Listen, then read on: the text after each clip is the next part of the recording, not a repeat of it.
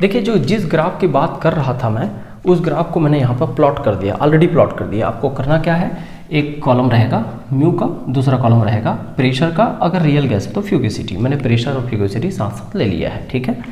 फिर उसके बाद जो सॉलिड लाइन से खींचा हुआ ग्राफ है वो बताता है आइडियल गैस के बारे में, और जो डॉटेड लाइन से खींचा हुआ ग्राफ है वो बताता है रियल गैस के बारे में। ग्राफ ऐसे आगे बढ़ रहा है, ये केवल इस बाउंड्री बनाने के लिए डॉटेड किया हूँ। ये डॉटेड लाइन वाला ग्राफ यहाँ से यहाँ तक, ठीक है।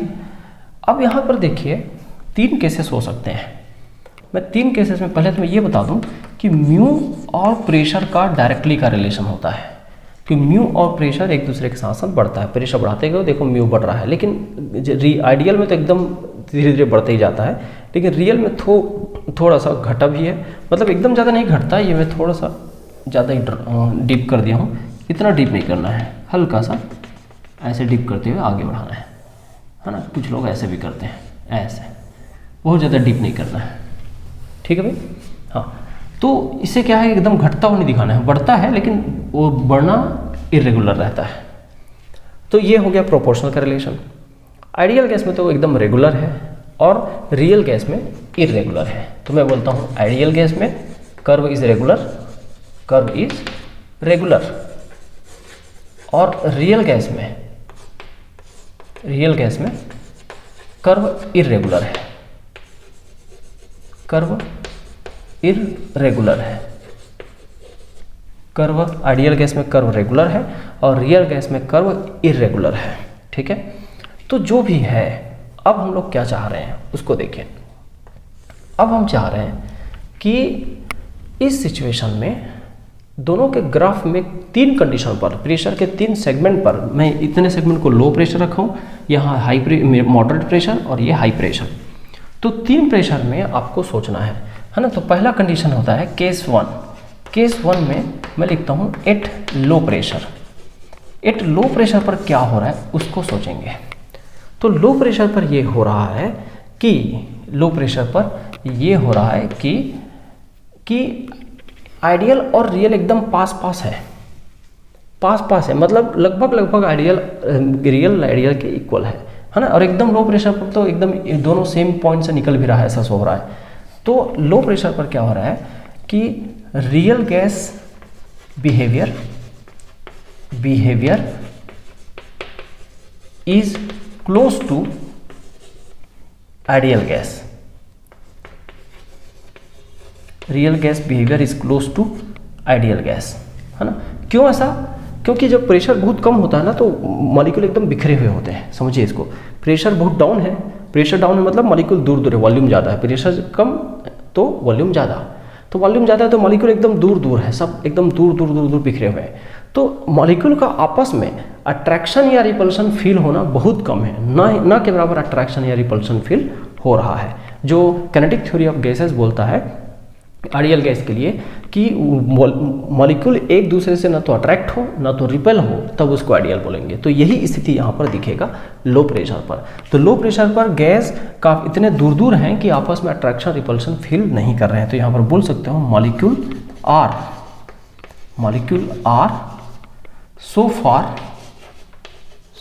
फार अपार्ट, है ना, एक दूसरे से इतना दूर है दैट नो अट्रैक्शन या minimum attraction and repulsion between them. समझ पा रहे हैं क्या? बिटवीन देम, ये पहला कंडीशन है। ये यहाँ तक धीरे धीरे थोड़ी बहुत बढ़ रही है, अब धीरे धीरे बढ़ते जाओगे तो थोड़ी बहुत तो वो जो रिपल्सन अट्रैक्शन कुछ ना कुछ आते जाएगा। तो ऐसा आ रहा है, ठीक। फिर उसके बाद देखिए केस 2 में क्या हुआ। केस 2 में धीरे धीरे जो बढ़ रहा था, बढ़ने का रेट आइडियल में तो वैसे ही रहा, है ना, थोड़ा सा कम होता हुआ, लेकिन रियल में ज़्यादा कम हो गया। यहाँ भी कम हो रहा है, धीरे धीरे झुक रहा है, लेकिन यहाँ ज़्यादा ही सडनली कम हो गया। क्या कारण है कि जैसे अब प्रेशर बढ़ाए तो मॉलिक्यूल थोड़ा पास आने लगता है, जिससे उनमें पहले पास आ रहा है मतलब आकर्षण, अट्रैक्शन, पास आ रहा है मतलब अट्रैक्शन बढ़ता है, रिपल्शन डायरेक्ट नहीं बढ़ेगा। रिपल्शन तो तब बढ़ेगा जब बहुत पास आ जाएगा। याद रखिए, हम वॉल्यूम बहुत ज़्यादा था पहले, तो वॉल्यूम बहुत ज़्यादा था तो गैस बिखरे हुए थे, अट्रैक्शन रिपल्शन मिनिमम था, तो इस समय ये ऐसा चल रहा था। लेकिन जैसे ही प्रेशर बढ़ा, मॉलिक्यूल पास पास आ रहे हैं, मतलब अट्रैक्ट हो रहे हैं एक दूसरे की ओर, तो अट्रैक्शन जब डोमिनेंट होता है उस समय ये ग्राफ ऐसे होता है, मतलब केमिकल पोटेंशियल चेंज डाउन होता है प्रेशर के रिस्पेक्ट में।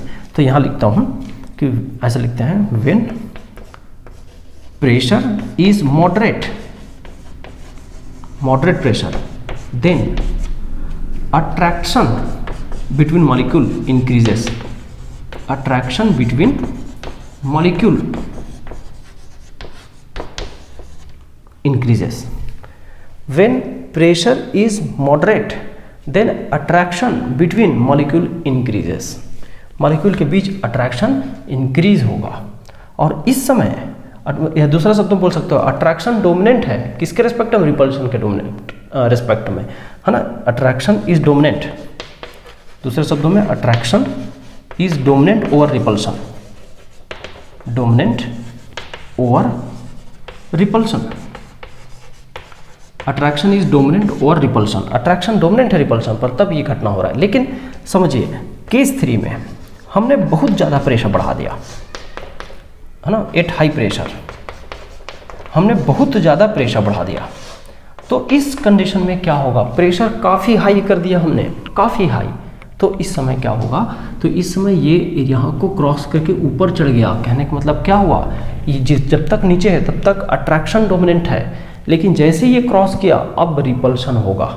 मतलब मॉलिक्यूल इतने पास लाए कि अब वो पास आके कोई काम, अब जितना आना चाहिए था आ चुका, अब वो उसके इलेक्ट्रॉन उसके न्यूक्लियस में रिपल्शन होगा, वो दूर भी जाना चाहेगा, तो दूर जाना चाहेगा तो वो ग्राफ ऐसा हो जाएगा। देखो हाई प्रेशर रेंज में ये ग्राफ ऊपर चढ़ जाता है, जिससे पता चलता है कि ये अब दूर जाना चाहता है।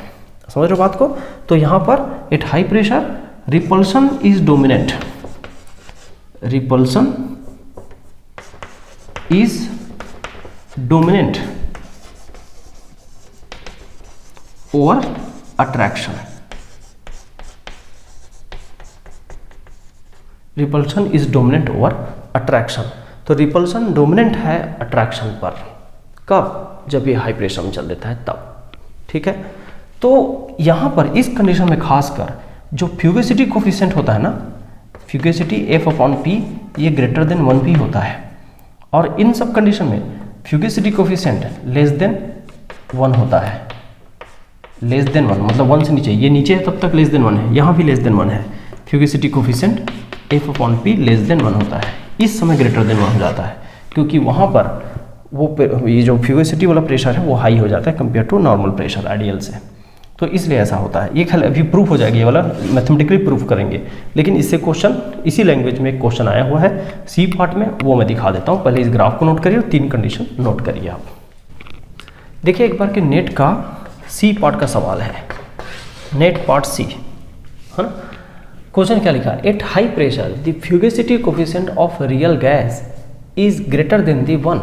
आप समझ गए ग्राफ में जहाँ पर क्रॉस करके ऊपर चढ़ गया था, ठीक है। हाँ, फिर अब उस समय क्या बोलता है, attractive term is term overweights the repulsive term, मतलब अट्रैक्टिव डोमिनेंट है रिपल्सिव से बोल रहा है।